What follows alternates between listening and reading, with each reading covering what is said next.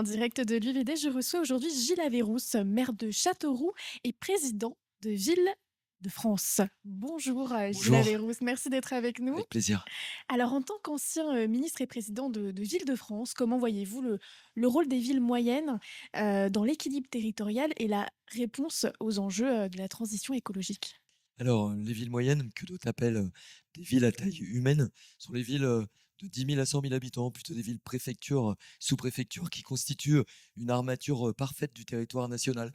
Chacun, quel que soit le lieu où il habite, est soit dans une ville moyenne, soit à proximité d'une ville moyenne. C'est des villes qui ont participé à l'histoire de France avec un grand H, surtout à la période industrielle, qui se sont beaucoup développées, qui ont connu une période de désindustrialisation qui a créé une certaine atonie, au moins pour celles qui sont dans le centre du pays, celles qui sont en littoral, c'était plus dynamique, mais aujourd'hui qui connaissent vraiment un regain d'activité et d'intérêt, particulièrement sur les sujets de réindustrialisation, qui sont souvent liés à la transition écologique que vous évoquiez, parce que la transition écologique, elle suppose aussi le repositionnement d'activités au plus près des consommateurs. Et donc, quand on veut installer une nouvelle unité de production, un centre de distribution sur un territoire, souvent dans les grandes métropoles qui sont déjà saturées, il y a un problème d'acceptabilité par la population. Sur les territoires de villes moyennes comme les nôtres, on a une population qui est très habituée à ces activités économiques et qui donc plus facilement accepte l'installation de nouvelles usines de production, d'unités de production. Et on a une autre particularité qui fait notre force, c'est que il y a une proximité entre les centres de pouvoir, de décision et les porteurs de projets. Ce qui fait que les projets vont beaucoup plus vite dans leur réalisation que ce ne serait le cas dans une grande métropole ou un grand centre urbain en général. Et quels sont les principaux leviers que les maires peuvent actionner pour accélérer la régénération urbaine de leur territoire et attirer de nouveaux habitants et activités? Alors le principal levier, c'est le levier foncier. On a encore cette chance dans les villes moyennes, c'est d'avoir du foncier de disponible. Nous, on est des maires de ville-centre, donc on n'est pas pour l'extension urbaine, c'est-à-dire on est plutôt favorable, même très favorable au zéro artificialisation nette, qui vise à recentrer, à reconcentrer les populations et les activités sur les cœurs de ville et cœurs d'agglomération. Souvent, on est président de nos agglomérations. Et donc, on a ce levier foncier à un prix encore accessible. On n'est pas sur des valeurs foncières qui sont inatteignables comme dans beaucoup de grandes métropoles.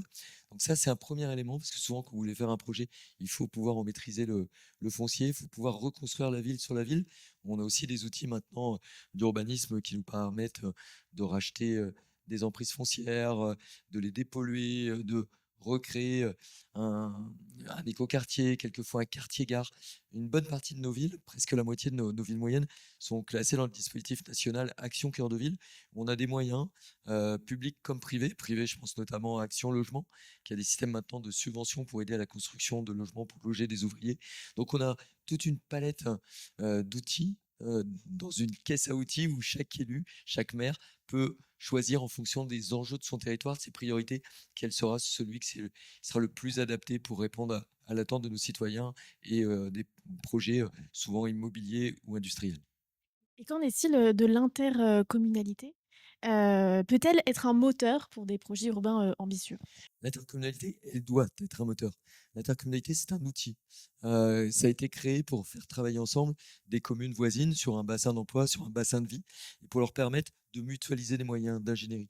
L'intercommunalité ne doit pas décider à la place de la commune et du maire, mais elle doit permettre de porter un projet commun et d'accélérer sa réalisation. Donc moi, je crois beaucoup à l'intercommunalité dans des thématiques comme celle du logement, justement, et je pense qu'on gagnerait en France à ce que l'État décentralise un peu plus la politique du logement en travaillant avec les intercommunalités, en fixant des objectifs nationaux, mais en permettant aux intercommunalités qui le souhaitent de s'engager dans la réalisation de ces objectifs-là. Et typiquement, quand on parle de transition écologique, de plans climat air, énergie territoriaux, on les travaille à l'échelle de l'intercommunalité. Nos réflexions d'aménagement du territoire, nos schémas de cohérence territoriale, nos plans locaux d'urbanisme sont déjà désormais de plus en plus intercommunaux. Donc c'est vraiment l'intercommunalité est devenue l'ère de réflexion et d'action. Mais encore une fois, le pouvoir de décision, il doit rester entre les mains du maire, et l'intercommunalité doit être le moyen d'accélérer la réalisation de ce qui est décidé par le territoire. Merci beaucoup Gilles Merci à Averrousse vous. d'avoir été à Merci l'antenne. beaucoup.